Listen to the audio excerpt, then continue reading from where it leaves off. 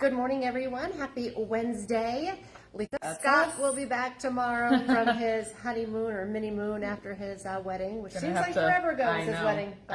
It's going to be hard to get him back in. Not that agree. he's not, but like that is a tough Yeah. ride in the high of time off, looking forward to the wedding, the mini moon, and then to come back to work. Back to work. At least it's only Thursday, Friday. Yeah, 2 days. Yes. Can't wait for you to be back, Scott. I know you're watching right now. Yeah, absolutely. He is not disconnected from us at all. All right, before we jump into the weather, because we have air quality concerns to talk about, that wildfire smoke is back.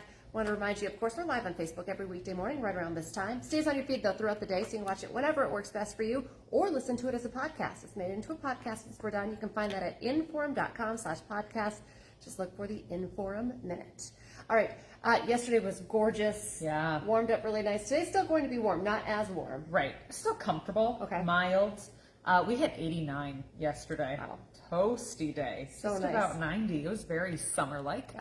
Then a cold front moved through, and so that's doing a few things. It's obviously going to keep us a little bit cooler today. High of 76. So, I mean, relative to yesterday, colder, but not cold. A nice summer day. Yeah. Nice June day. Exactly. You can still enjoy it. That's near average for this time of year, in fact.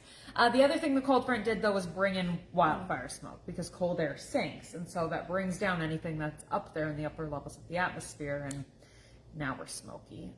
It's quite hazy. Our air quality is the worst it's been within the past couple of weeks, actually, besides that really bad bout that we had a few weeks ago.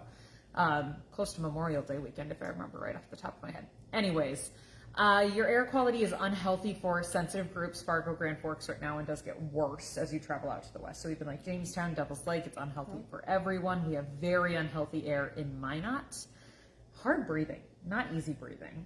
If you are largely affected by wildfire smoke, and typically you know your body, you know if you are, maybe best to avoid outside today if you can. Certainly outdoor exercise, that sort of stuff for today. Your throat starts getting a little scratchy, it's time to take a break inside.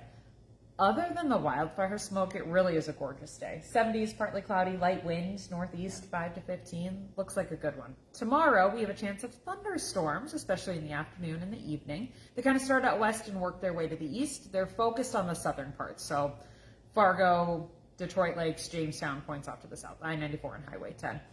Some of those could get a little bit stronger, especially far to the south, closer to that North Dakota-South Dakota line. Hail and wind would be the primary threats, but a little rain, a little noise likely tomorrow afternoon, tomorrow evening. Once that system cools out, we're cool for Friday. Once that system moves out, we're cool for Friday. Highs will be upper 60s. Oh, kind of a cloudy day. Yeah, especially after the upper 80s yesterday. Kind of a cooler day for your Friday. We work in some heat as we go throughout Father's Day weekend. We're back into the 70s on Saturday, near 80 on Father's Day on Sunday itself. Once again, going to watch out for a chance at a thunderstorm or two later Sunday evening toward the overnight. Thunderstorm chances stick around for Monday into Tuesday and again next Thursday. So we have some more periodic chances for thunderstorms into next week. 'Tis the season, getting into mid-June. Temperatures are pretty close to 80 throughout all of next week. So near or even slightly above average. Okay, that's all. Watch out for the air quality. You can check the air quality. airnow.gov is your friend for that. You can type in your location and see kind of how it's looking before you do decide to head outside for anything today. Okay. All right. Thanks, guys. Okay, well, this morning we have the results of a big school vote in Valley City. The $46 million school referendum passed.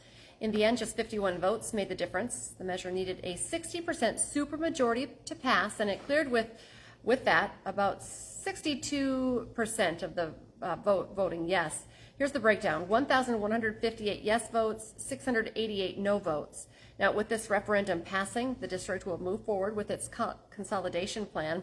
They're going to demolish the 106-year-old middle high school building, but keep the Highlighter Activity Center. They're also going to be building a brand new 3rd through 12th grade school attached to Jefferson Elementary and adding a new parking lot. So a lot of big changes coming for the district after that $46 million school referendum passed. Big story today. Fargo police right now are asking for your help finding a suspect who they say is wanted on multiple charges. They're looking for 27-year-old Shelby Witt of Fargo.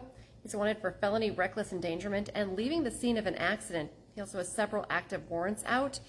Fargo PD has his picture posted on their Facebook page. If you see Witt, they're asking you to call, dispatch, or text a tip to 847-411 using the keyword Fargo PD. We talked about this a bit. Of course, you know, cleanup week, couple weeks behind us. It's a big deal around here. We know just how much trash people were wanting to get rid of this year. The city shared some of its cleanup week statistics, and we now know people in Fargo threw away 1,443 tons of stuff during that 2-week cleanup period. They recycled 35 tons of tires, 131 tons of metal, and that's just Fargo. West Fargo crews picked up 347 tons of waste, 110 tons of scrap metal, and 319 tons of inert material, which is like furniture and scrap wood. Big story nationally. Thousands of people are taking to the streets across the country to protest immigration and customs enforcement. But of course, the epicenter is Los Angeles. City leaders say the vast majority of demonstrators are following the law, but we have learned more than 20 LA businesses have been looted. National Guard members are in LA against the governor's wishes. That's been a big story we've been covering for you on WDAY. We have now learned that hundreds of Marines that the president mobilized to that area have been briefed on rules for use of force on American soil. So, of course, a story we're going to continue to track for you as well. Hot Mike with Don Izzo coming up 9 to 11 on WDAY Extra, also streamed on Inforum.com. Today, the Moorhead Spuds end a 3.5-decade drought at state baseball today. Don's going to preview their game with Minnetonka.